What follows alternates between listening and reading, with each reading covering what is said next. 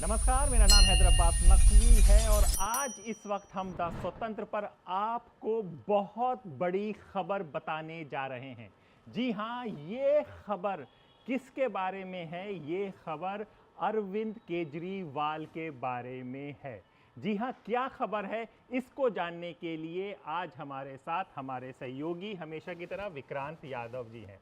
विक्रांत जी, सब जगह हमारी दिल्ली की नई मुख्यमंत्री बन गई, लेकिन सब दिल्ली जानना चाह रही है कि इस वक्त अरविंद केजरीवाल कहाँ हैं और क्या कर रहे हैं, उनका क्या प्लान है। देखिए, सबसे पहले मैं आपको बता दूं कि अरविंद केजरीवाल दिल्ली में ही हैं। लगातार वो उनकी बैठकों का दौर चल रहा है और इस समय उनका पूरा ध्यान है पंजाब की गवर्नेंस पर। पंजाब में किस तरीके से चेंजेस करने हैं, किस तरीके से सरकार में कोई चेंज नहीं करना, लेकिन किस तरीके से सरकार के कामकाज में चेंजेस करने हैं। मनीष सिसोदिया पिछले 3-4 दिनों से पंजाब में ही है। आम आदमी पार्टी के कुछ और नेताओं को पंजाब भेजा गया है। बेसिकली वहाँ की गवर्नेंस को, स्कूल्स को, अस्पताल को किस तरीके से बेहतर किया जा सके, वहाँ की दिक्कतों को दूर किया जा सके, इसी काम में अरविंद केजरीवाल लगे हुए हैं। और मैं आपको अरविंद केजरीवाल का आज जो प्लान है पूरा वो डिकोड करते हैं हैदर भाई, हम लोग अपने दर्शकों के लिए।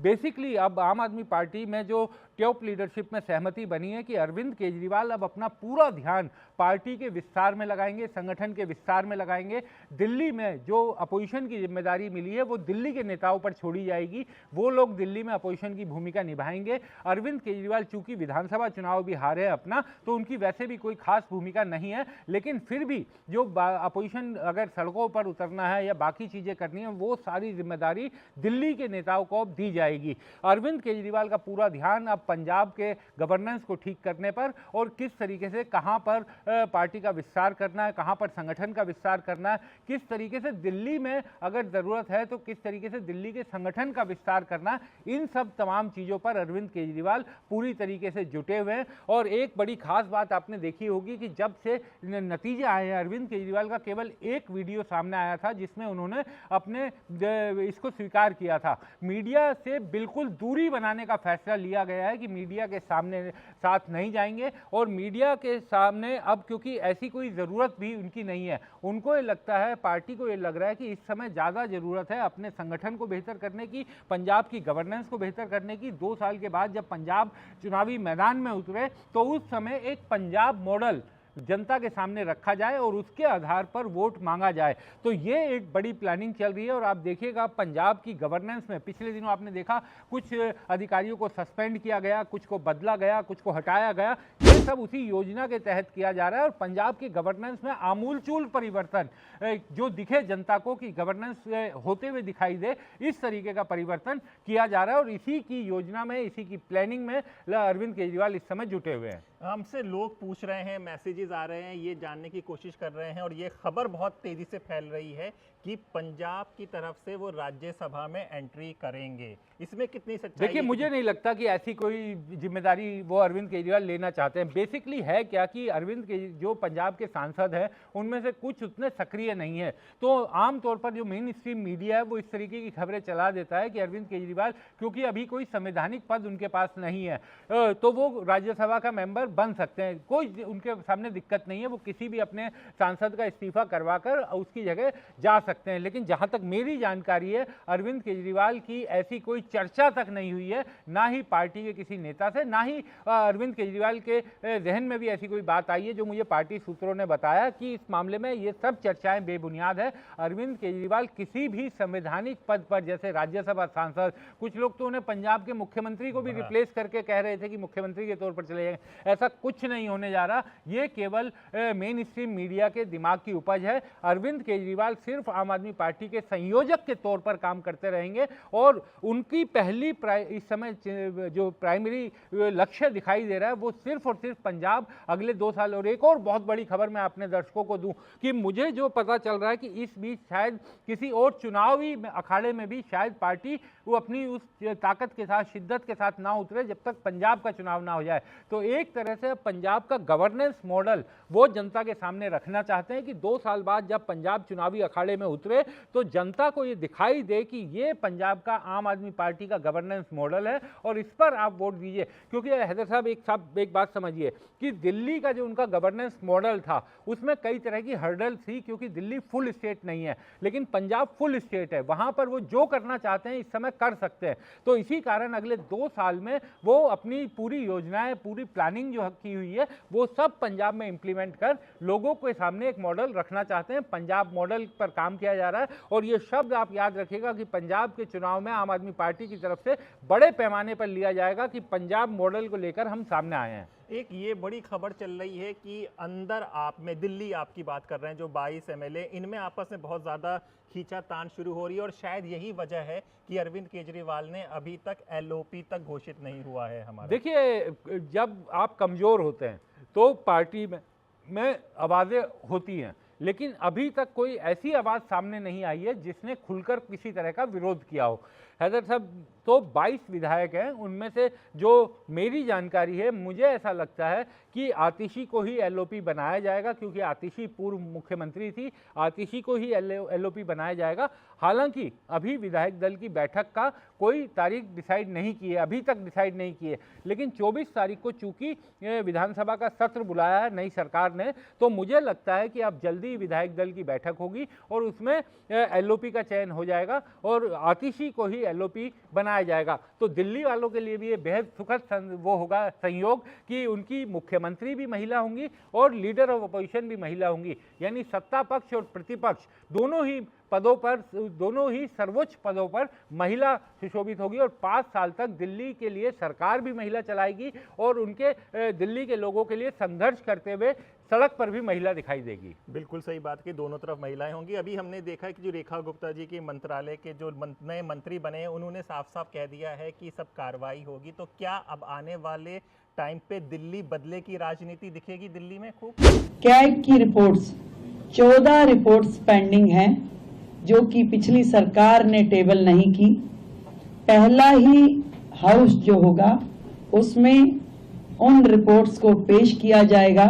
आज की कैबिनेट में ये भी पास किया गया है। प्रधानमंत्री जी ने कहा था कि पहली बैठक में आएगा, तो पहली बैठक में ही अब उसका भी आज पास कर दिया गया है।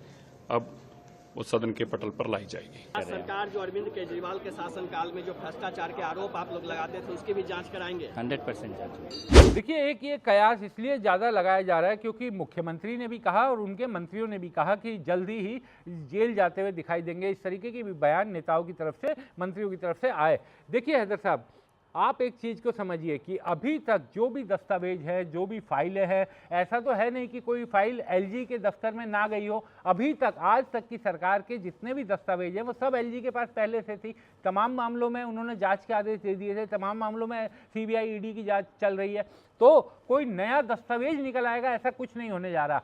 हाँ, एक नई चीज होने वाली है, वो है 24 तारीख को विधानसभा का सत्र बुलाया गया है। 27 तारीख को सीएजी की रिपोर्ट सदन में टेबल की जाएगी।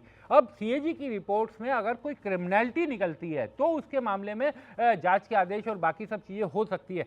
दूसरी बड़ी बात कि क्या बदले की राजनीति होते हुए दिखाई देगी। मुझे लगता है कि राजनीतिक जो पहले विरोध होता था वो अब पिछले कुछ सालों में राजनीतिक शत्रुता में बदल गई है।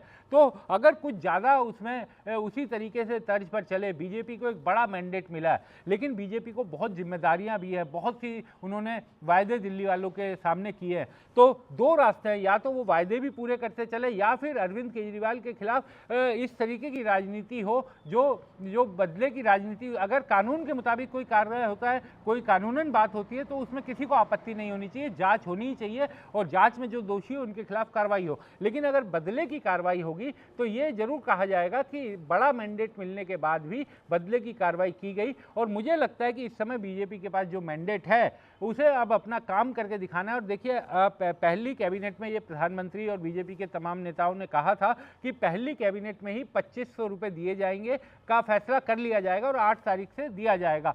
अब सरकार ने हालांकि पहली कैबिनेट हो गई है, उसमें ये फैसला नहीं लिया है, लेकिन अभी भी मुख्यमंत्री की तरफ से कहा गया है कि 8 मार्च जो अंतर्राष्ट्रीय महिला दिवस है उससे पहले पैसे दिए जाएंगे। तो मुझे लगता है कि अभी सीएजी की रिपोर्ट आने दीजिए, उसके बाद किस तरीके का राजनीतिक माहौल बनता है उस पर काफ़ी कुछ टिका हुआ है। विक्रांत, हम सब जानते हैं कि आपने आप पार्टी को बनते देखा है, आंदोलन से निकली अरविंद केजरीवाल को हर बारी मुख्यमंत्री बनते देखा है। ये एक पहली उनकी हार हुई है।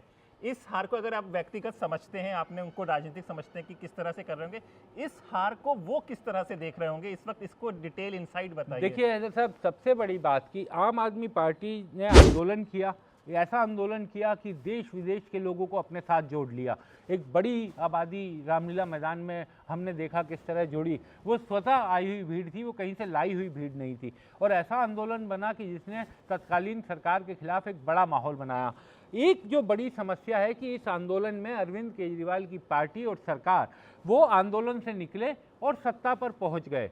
जब भी कोई राजनीतिक दल संघर्ष करते करते पहले हारते हैं, फिर विपक्ष के रूप में स्थापित होते हैं, फिर वो लड़ते हैं, फिर कई साल लगते हैं सत्ता में आने में, वो चीज़ मिसिंग है। तो अरविंद केजरीवाल की भी ये बहुत बड़ी परीक्षा है और आम आदमी पार्टी की भी बहुत बड़ी परीक्षा है कि उन्होंने कभी जीवन में विपक्ष की भूमिका ही नहीं निभाई है। वो आंदोलन से निकले, सीधा सत्ता में पहुंच गए।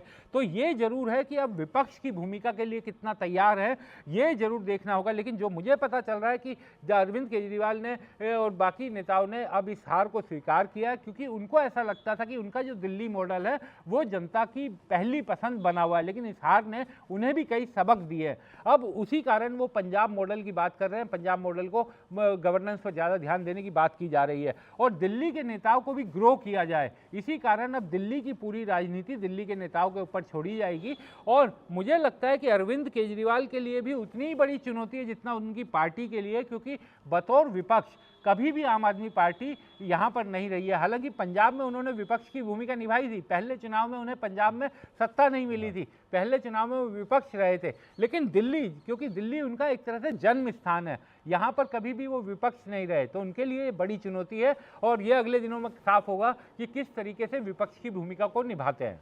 किस तरह से विपक्ष की भूमिका को आम आदमी पार्टी निभाएगी, वो सब हम आपको बताते रहेंगे। द स्वतंत्र के साथ जुड़े रहिए, क्योंकि यहीं पर आपको सही खबर मिलेगी। तो अपने दोस्त हैदर अब्बास नकवी को इजाज़त दीजिए, फिर होगी मुलाकात एक नए विचार के साथ। तब तक के लिए नमस्कार।